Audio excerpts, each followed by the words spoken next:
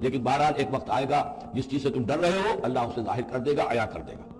وَلَئِن سَأَلْتَهُمْ لَيَقُولُنَّ، اور اگر آپ ان سے پوچھیں گے تو کہیں گے اِنَّا كُنَّا نَخُوضُ وَنَلْعَبُ۔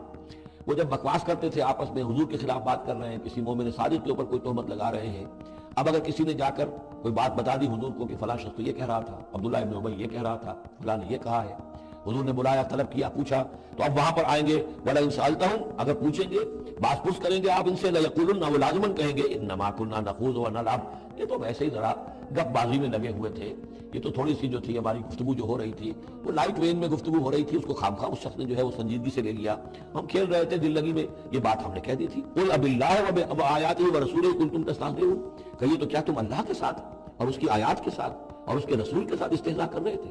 تمسخر، یہ دل لگی تمہاری، بازی بازی بارش بابا ہم بازی، اب اللہ اور رسول جو ہے اور اس کی آیات جو ہے وہ بھی تمہارے لیے تختہ بس بن گئی ہے استہزاء اور تمسخر کا۔ لا تعتذروا، اب بہانے مت بناؤ، قد کفرتم بعد ایمانکم، تم کفر کر چکے ہو اپنے ایمان کے بعد، ان نعفو عن طائفۃ منکم، اگر ہم تمہاری ایک جماعت کی طرف سے درگزر کریں گے، نعذب طائفۃ، تو کسی دوسری جماعت کو ہم عذاب بھی اب دیں گے، اب وہ وقت آ رہا ہے کہ تمہیں سزائیں بھی ملیں گی بانہم کانوا مجرمین، اس لیے کہ وہ مجرم تھے۔ المنافقون والمنافقات بعضهم من بعض، یہ منافق مرد اور منافق عورتیں سب ایک دوسرے میں حصے ہیں، یعنی ان کی گٹھ جوڑ ہے۔ یامرون بالمنکر، یہ بدی کا حکم دیتے ہیں، بجائے اس کے کہ امر بالمعروف کرتے یہ برائی کا حکم دیتے ہیں، وینہون عن المعروف، اور نیکی سے روکتے ہیں، مت خرچ کرو، سنبھال کے رکھو، پاگل ہو گئے ہو، آخر مستقبل کی فکر کرنی چاہیے، لہذا وہ نہیں عن المعروف اور امر بالمنکر۔ یامرون بالمنکر وینہون عن المعروف ویقبضون ایدیہم، اپنے ہاتھوں کو مٹھیوں کو بند رکھتے ہیں، خرچ نہیں کرتے۔ نسوا اللہ فنسیہم، انہوں نے اللہ کو بھلا دیا تو اللہ نے انہیں بھلا دیا، نظر انداز کر دیا۔ ان المنافقین هم الفاسقون، یقیناً یہی منافق ہے کہ جو سرکش ہے، نافرمان ہے۔ وعد اللہ المنافقین والمنافقات والکفار نار جہنم خالدین فیہا، اللہ نے وعدہ کیا ہے ان منافق مردوں اور منافق عورتوں سے اور تمام کفار سے آگ کا، جہنم کے آگ کا، خالدین فیہا، جس میں وہ ہمیشہ ہمیشہ رہیں گے، یہ حسبہم، بس وہی ان کے لیے کفایت کرے گی، ولعنہم اللہ، اور اللہ تعالیٰ نے ان پر لعنت فرما دی ہے، ولہم عذاب مقیم، اور ان کے لیے عذاب ہے قائم رہنے والا، مسلسل دائم اور قائم عذاب۔ کالذین من قبلہم، اسی طرح کے وہ لوگ، یہ بھی ان لوگوں کی مانند ہے کہ جو ان سے پہلے تھے، کانوا اشد منکم قوۃ، وہ تم سے کہیں بڑھ کر تھے طاقت میں، واکثر اموالا، اور بہت زیادہ تھے مال میں، واولادن، اور اولاد میں، یعنی یہ قومیں جو گزری ہے کافروں کی، قوم سمود اور قوم عاد، وہ تم سے کہیں بڑھ کر تھی، قوت میں بھی اور اپنی تعداد میں بھی، مال میں، اولاد میں۔ فاستمتعوا بخلاقہم، انہوں نے بھی اپنے اپنے وقت میں اپنے نصیب کا فائدہ اٹھا لیا، اپنا حصہ وصول کر لیا۔ فاستمتعتم بخلاقکم، اب تم بھی اپنا حصہ مکمل کر چکے ہو، اب تمہارا انجام بہت قریب آ چکا ہے۔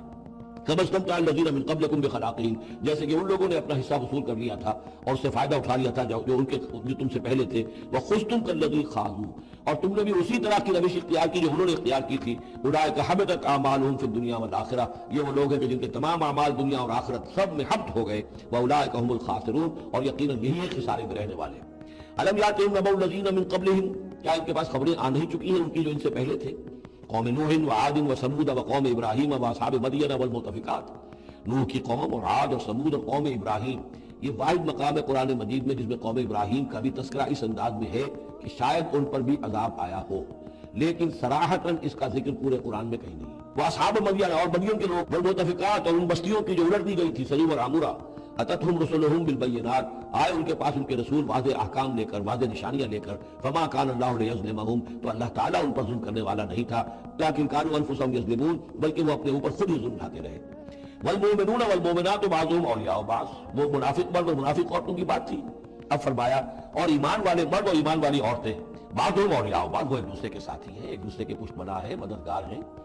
یامرون بالمعروف، ان کا طرز عمل یہ ہے کہ نیکی کا حکم دیتے ہیں، مشورہ دیتے ہیں، وینہون عن المنکر، بدی سے روکتے ہیں، ویقیمون الصلاۃ، نماز قائم کرتے ہیں، ویؤتون الزکوٰۃ، اور زکوٰۃ ادا کرتے ہیں، ویطیعون اللہ ورسولہ، اور اللہ اور اس کے رسول کی اطاعت کرتے ہیں۔ اولئک سیرحمہم اللہ، یہی ہے وہ لوگ جن پر اللہ تعالیٰ رحمت فرمائے گا۔ ان اللہ عزیز الحکیم، یقیناً اللہ زبردست ہے، حکمت والا۔ اللہم ربنا اجعلنا منہم۔ وعد اللہ المؤمنین والمؤمنات جنات تجری من تحتها الانہار خالدین فیہا، اللہ نے وعدہ کیا ہے مومن مردوں اور مومن عورتوں سے ان باغات کا جن کے دامن میں، جن کے نیچے ندیاں بہتی ہوں گی، اور اس میں وہ ہمیشہ رہیں گے۔ ومساکن طیبۃ فی جنات عدن، اور بڑے ستھرے اور بہت عمدہ مکان رہائش کے لیے ان کو دے گا رہنے کے باغات میں، ریزیڈینشل گارڈنز میں۔ ورضوان من اللہ اکبر، یہ ساری چیزیں تو ہے ہی، سب سے بڑی شے یہ کہ اللہ ان سے راضی ہو جائے گا، رضا اللہ کی وہ سب سے بڑی شے ہے، سب سے بڑی نعمت ہے۔ ذالک هو الفوز العظیم، وہ تو ہے بہت ہی بڑی کامیابی۔ یا ایھا النبی جاہد الکفار والمنافقین واغلظ علیہم، اے نبی صلی اللہ علیہ وسلم آپ جہاد کیجئے کفار سے بھی اور منافقین سے بھی، ان پر سختی کیجئے۔ یہ دیکھیے آیت 2 مرتبہ آئی ہے قرآن مجید میں، یہ جو کہ تم سورہ تحریم میں بھی آئے گی جو کہ سمجھیے 28ویں پارے کی آخری، یہاں پھر آئی ہے، لیکن یہاں لفظ جہاد کو نوٹ کر لیجئے، یہاں جہاد بمعنی قتال نہیں آ سکتا۔ منافقین کے ساتھ آپ نے کبھی جنگ نہیں کی، جہاد جد و جہد کوشش، ان کی ریشہ دوانیوں کو ختم کرنا، ان کی سازشوں کا زور توڑنا، یہ جہاد تھا۔ یہ جہاد، قتال کی کوئی نوبت منافقین کے ساتھ کبھی کوئی قتال نہیں ہوا۔ یہاں جہاد خالص اس جہاد کے معنی میں ہے جو قتال سے کم تر ہے، دون القتال۔ یا ایھا النبی جاہد الکفار والمنافقین، اے نبی آپ مجاہدہ کیجئے، جد و جہد کیجئے۔ اسی لیے جب غزوہ تبوک سے آپ واپس آ رہے تھے تو ایک حدیث ہے کہ آپ نے فرمایا رجعنا من الجہاد الاصغر الى الجہاد الاکبر، ہم چھوٹے جہاد سے بڑے جہاد کی طرف لوٹ آئے ہیں۔ اب اس کی تعبیریں مختلف کی گئی ہیں کہ اتنا بڑا جہاد سلطنت روما کے خلاف گئے تھے، اسے آپ جہاد اصغر کہہ رہے ہیں، وہاں سے لوٹ کر ہم آ گئے اب جہاد اکبر سامنے ہے۔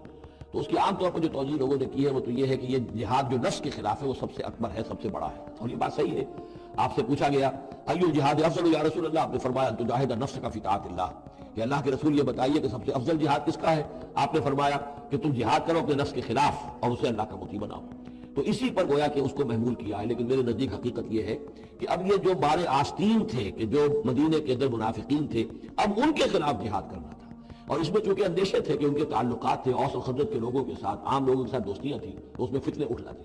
واپس آ کر آپ نے مسجد ضرار کو پھر گرایا ہے، یہ بہت بڑا قدم تھا۔ عام مسلمان جو اس میں مشتعل بھی ہو سکتے تھے کہ مسجد کو گرا رہے ہیں، لیکن یہ کہ یہ اقدامات آپ نے کیے ہیں صلی اللہ علیہ وسلم اس آیت کے اترنے کے بعد اور تبوک سے واپسی کے بعد۔ یا ایھا النبی جاہد الکفار والمنافقین واغلظ علیہم، اے نبی جہاد کیجئے کافروں سے بھی اور منافقین سے بھی اور ان پر سختی کیجئے۔ ومأواہم جہنم، ان کا ٹھکانہ جہنم ہے، وبئس المصیر، اور وہ بہت برا ٹھکانہ ہے۔ یحلفون باللہ ما قالوا، وہ اللہ کی قسم کھا کر کہتے ہیں کہ ہم نے یہ بات نہیں کہی، کوئی بات وہ بھی آئی، کوئی غلط بات کہی، کوئی استہزاء کیا، کوئی تمسخر اڑایا۔ وَلَقَدْ قَالُوا كَلِمَةَ الْكُفْرِ، حالانکہ انہوں نے کہا ہے کفر کا کلمہ۔ یہ بات انہوں نے کہی تھی، اس کا ذکر آ جائے گا تفصیل سے سورہ منافقون میں 28ویں پارے میں، واقعہ وہاں تفصیل سے آیا ہے۔ تو لیکن یہ کہ کسی نوجوان نے آ کر حضور کو بتا دیا کہ اس نے یہ کہا ہے، اب حضور نے طلب فرمایا، نے کہا نہیں یہ بالکل جھوٹ بولتا ہے اس نے، اور اس نے خامخواہ جو ہے وہ فتنہ اٹھانے کی کوشش کی ہے۔ تب یہ آیت نازل ہوئی، اللہ نے اس نوجوان کو سچا کیا اس آیت کے ذریعے سے کہ جھوٹ وہ عبداللہ ابن ابی بول رہا ہے، یہ نوجوان نہیں بول رہا۔ یحلفون باللہ ما قالوا، وہ قسم کھا رہے ہیں اللہ کی کہ ہم نے وہ بات نہیں کہی۔ وَلَقَدْ قَالُوا كَلِمَةَ الْكُفْرِ، حالانکہ انہوں نے کہا کلمہ کفر، وَكَفَرُوا بَعْدَ إِسْلَامِهِمْ، اور وہ اپنے اسلام کے بعد کفر منکر ہو چکے، کفر کر چکے۔ وَهَمُّوا بِمَا لَمْ يَنَالُوا، اور انہوں نے ارادہ کیا تھا اس شے کا کہ جس کو وہ حاصل نہ کر سکے۔ یہ ایک خاص واقعہ ہوا تھا کہ جب تبوک سے واپس آپ آ رہے تھے تو ایک موقع پر آپ عام راستے سے قافلے سے ذرا ہٹ کر ایک پہاڑی راستے کی طرف سے آپ کا گزر ہوا، اور وہ تنگ راستہ تھا، وہاں سے بس ایک ہی اونٹ ایک وقت میں گزر سکتا تھا۔ حضور کے ساتھ 2 آپ کے صحابہ تھے۔ وہاں ان لوگوں نے کوشش کی، منافقین نے، کچھ لوگ تھے کہ جنہوں نے اپنے ڈھانٹے باندھ دیے کہ پہچان میں نہ آئے، اور رات کی تاریکی میں انہوں نے ہاتھ چلایا، چاہتے تھے کہ حضور کو شہید کر دیں۔ بہرحال وہاں پر جو ہے کسی طریقے سے جو 2 آپ کے جانثار ساتھی تھے انہوں نے انہیں کھلیڑا مار کر بھگایا۔ پھر حضور نے ان کو بتا بھی دیا تھا، جن میں حضرت حذیفہ ابن یمان بھی تھے رضی اللہ تعالی عنہ، اور حضرت عمار تھے، عمار ابن یاسر، ان دونوں کو بتا دیا تھا کہ فلاں فلاں نام ہے، یہ فلاں فلاں منافق ہے، لیکن یہ میرا راز رہے گا تمہارے پاس، تم نے یہ نام کسی کو بتانے نہیں۔ یہ اسی لیے حضرت حذیفہ کا نام پڑ گیا تھا صاحب سر النبی، نبی کا ایک راز ہے ان کے پاس، نبی کے ایک رازدان، وہ حضرت حذیفہ ابن یمان۔ وَهَمُّوا بِمَا لَمْ يَنَالُوا، انہوں نے تو ارادہ کیا تھا وہ چیز جو وہ حاصل نہ کر سکے۔ وَمَا نَقَمُوا إِلَّا أَنْ أَغْنَاهُمُ اللَّهُ وَرَسُولُهُ، اور یہ نہیں انتقام لے رہے مگر اس شے کا کہ اللہ نے اور اس کے رسول نے انہیں غنی کر دیا ہے۔ اللہ اور ان کا رسول ان کی طلب مال کو دیکھ کر انہیں صدقات میں سے، مال غنیمت میں سے بفراغت دیتا رہا، من فضلہ ہی، اپنے فضل سے۔ وَإِن يَتُوبُوا يَكُ خَيْرًا لَّهُمْ، اب بھی اگر توبہ کر لیں تو یہ ان کے لیے بہتر ہوگا۔ وَإِن يَتَوَلَّوْا، اور اگر وہ پیٹ موڑیں گے، يُعَذِّبُهُمُ اللَّهُ عَذَابًا أَلِيمًا، اللہ انہیں عذاب دے گا بہت دردناک عذاب، فی الدنیا والآخرہ، دنیا میں بھی اور آخرت میں بھی۔ وَمَا لَهُمْ فِي الْأَرْضِ مِن وَلِيٍّ وَلَا نَصِيرٍ، اور پوری زمین میں ان کے لیے نہ کوئی ولی ہوگا، کچھ بنا ہوگا، مددگار ہوگا، اور نہ ہی کوئی حامی ہوگا۔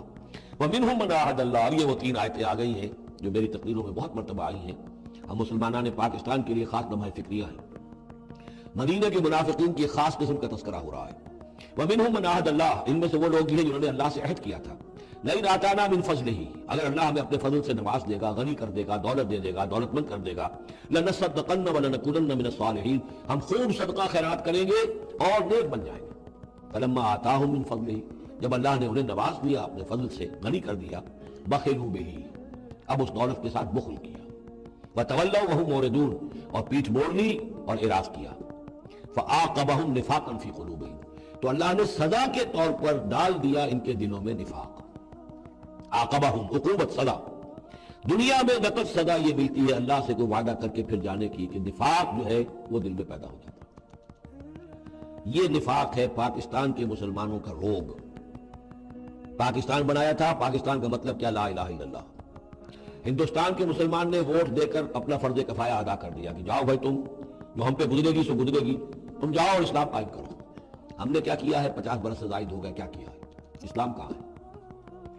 یہ بے وفائی، یہ بد عہدی، اس کا نتیجہ کیا ہے؟ 3 نفاق ہیں جو اس قوم کے اوپر مسلط ہو گئے۔ نفاق باہمی، اب وہ قوم نہیں رہی، قومیتوں میں تحلیل ہو چکی ہے، اب عصبیت ہے، صوبائیت ہے، لسانیت ہے، اور نہ معلوم کیا کچھ ہے، فرقہ واریت ہے۔ دوسرے، کردار کا بیڑا غرق ہو گیا۔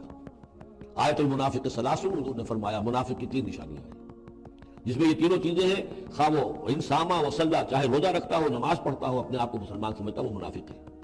جب بولے جھوٹ بولے، جب وعدہ کرے خلاف ورزی کرے، اور جب کہیں امین بنا دیا جائے خیانت کرے۔ تو دیکھ لیجیے اپنی قوم، جو جتنا بڑا ہے، الا ماشاء اللہ، ایکسیپشنز پروو دی رول، قانون یہی ہے، جو جتنا بڑا اتنا ہی جھوٹا، اتنا ہی خائن، اور اتنا ہی وعدہ خلاف۔ اور تیسرا اور میرے نزدیک سب سے بڑا نفاق جو ہے وہ ہمارے دستور میں ہے۔ The most sacred document of a state is the constitution۔ اور منافقت کا پرندہ ہے کہ ایک ہاتھ سے اسلام داخل کرتے ہیں، دوسرے سے نکال لیتے ہیں۔ ایک دفعہ دیکھیں تو اسلام، اسلام، کیا اللہ، اتنی بڑی بات، no legislation can be done repugnant to the Quran and the Sunnah۔ وہ اتنی بڑی بات، یہ تو معلوم ہوتا ہے کہ سورہ الحجرات کی پہلی آیت کا ترجمہ کر کے دستور میں لکھ دیا، لیکن اس کے ساتھ ہی اس کے اوپر کوئی اس پہ عمل کرنا ضروری نہیں ہے، وہ لکھی رہے گی بس۔ اور ہم نے ایک آئیڈیالوجی کاؤنسل بنا دی ہے، وہ اس کے مطابق سفارشات پیش کرتی رہے گی، اور ہر سال اس کی رپورٹ پیش ہو جائے کرے گی، خلاص۔ کوئی اس میں سینکشن نہیں، کوئی اس کے نافذ کرنے کی کوئی ذمہ داری نہیں، کوئی پابندی نہیں۔ فیڈرل شریعت کورٹ، کیا کہنے ہیں فیڈرل شریعت کو، بڑے بڑے چوٹی کے علماء، اور کیا کیا تنخواہیں ان کو ملی ہیں، اور کیا کیا مراعات ملی ہیں، وہ سب کچھ ہے، لیکن صورت کیا ہے؟ دستور پاکستان بھی تمہارے دائرے سے خارج، عدالتی قوانین بھی تمہارے دائرے سے خارج، یہاں تک کہ آئینی قوانین بھی تمہارے دائرے سے خارج، مالی قوانین بھی 10 سال کے لیے خارج۔ تو کیا کرو گے بیٹھ کے؟ تنخواہیں لو اور ایکسرسائز ان فیوٹیلیٹی وقت گزارو، اللہ اللہ خیر سمجھو۔ منافقت میرے نزدیک اس پوری دنیا کے اندر شاید دستور کی سطح پر ایسی منافقت کہیں اور موجود نہ۔ یہ ہے ہمارا روگ اصل۔ فَعَاقَبَهُمْ نِفَاقًا فِي قُلُوبِهِمْ، تو اللہ نے عقوبت کے طور پر، سزا کے طور پر ان کے دلوں میں نفاق پیدا کر دیا، إِلَىٰ يَوْمِ يَلْقَوْنَهُ، اور یہ نفاق اب رہے گا اس دن تک جس دن کے یہ ملاقات کریں گے اللہ سے۔ یہ کانٹا ان کے دلوں سے نکلے گا نہیں۔ بما اخلف اللہ ما وعدوہ، بسبب اس وعدہ خلافی کے جو انہوں نے اللہ سے کیا، وبما كانوا يكذبون، اور بسبب اس جھوٹ کے جو انہوں نے بولا۔ الم يعلموا ان اللہ يعلم سرهم ونجواهم، کیا انہیں یہ معلوم نہیں ہے کہ اللہ تعالیٰ ان کی چھپی اور کھلی چیزوں کو، چھپی چیزیں اور جو نجوا کرتے ہیں یہ لوگ بیٹھ کر آپس میں سازشیں کرتے ہیں، اللہ ان سے واقف ہے۔ وان اللہ علام الغیوب، اللہ تعالیٰ تو تمام غیب کا جاننے والا ہے۔ الذین یلمزون المتطوعین من المؤمنین، یہ لوگ کہ جو اہل ایمان میں سے جو بھی نیکی کی کوشش کرتے ہیں اپنی طرح دل سے، اپنی امکانی حد تک، ان کے اوپر ٹانگ کرتے ہیں، استہزاء کرتے ہیں۔